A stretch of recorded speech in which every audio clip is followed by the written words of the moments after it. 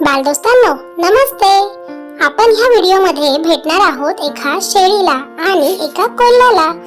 मूर्ख शेळी मराठी बोधकथा गोष्ट छोटी अर्थ मोठा। सर्वप्रथम पीकेज लर्निंग मध्ये तुमचे सहर्ष स्वागत आहे।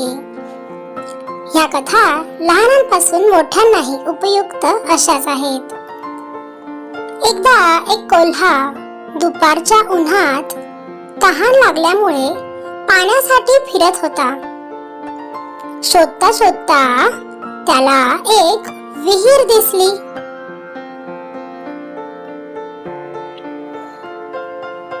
तो घाईतच विहिरीजवळ गेला, पण घाई केल्यामुळे काय झाले तर त्याचा तोल गेला आणि तो विहिरीत धपकन पडला। त्याने प्रथम ते थंडगार पाणी प्यायले, त्यानंतर कोल्ह्याने विहिरी बाहेर पडण्याचा प्रयत्न केला, पण विहीर जरा खोलच होती, त्यामुळे त्याचे प्रयत्न अयशस्वी ठरत होते। कोल्हा मदतीसाठी ओरडू लागला, मला मदत करा, मला बाहेर काढा, पण कोणीही त्याच्या मदतीला आले नाही। आता कोल्हा हताश झाला। काय करावे त्याला काही सुचेच ना। पण काहीच वेळात तेथे एक शेळी आली आणि कोल्हा थोडासा आनंदित झाला।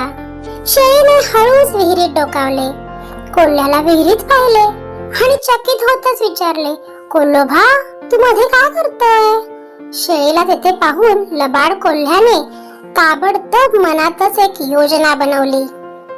खरे कारण न सांगता कोल्हा अगदीच आनंदी चेहरा करत शेळीकडे बघून सांगू लागला, या कडक उन्हात मी पाण्याचा शोध घेत होतो आणि मला ही विहीर सापडली।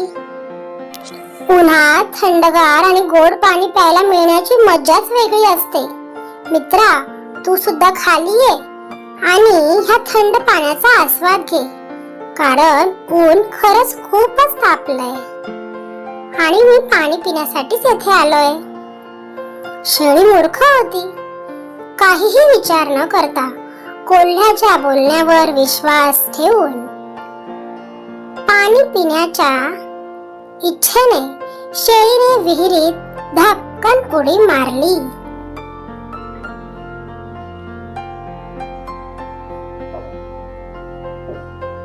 शेळीचे पाणी पिऊन झाले तसे कोल्हा म्हणाला, मी तुझ्या पाठीवर उभे राहून आधी विहिरी बाहेर जातो आणि मग तुला बाहेर काढतो।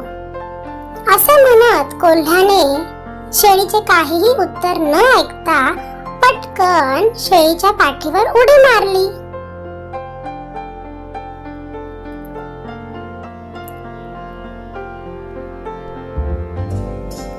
आणि थोडेसे प्रयत्न करून कोल्ह्याने विहिरी बाहेरही उडी मारली।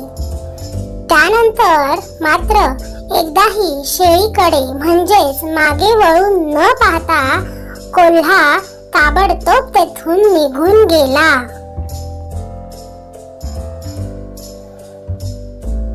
शेळी मात्र मदतीसाठी आवाज देत राहिली, कोल्होबा कोल्होबा कुठे आहात तुम्ही कोल्होबा?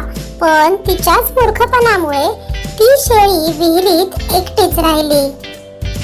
तात्पर्य म्हणजेच आपण ह्या गोष्टीतून शिकलो की कृती करण्यापूर्वी नेहमी विचार करा किंवा इतरांच्या गोड बोलण्यावर काहीही विचार न करता इतक्या सहजासहजी म्हणजेच लवकर विश्वास ठेवू नका, त्यामुळे बऱ्याचदा आपले नुकसान होते। ज्याप्रमाणे शेळीने कोल्ह्यावर विश्वास ठेवला आणि तिचेच नुकसान झाले। धन्यवाद। हा व्हिडिओ ही गोष्ट जर तुम्हाला आवडली असेल तर नक्की लाईक करा, शेअर करा आणि चॅनलला सबस्क्राईब करायला विसरू नका।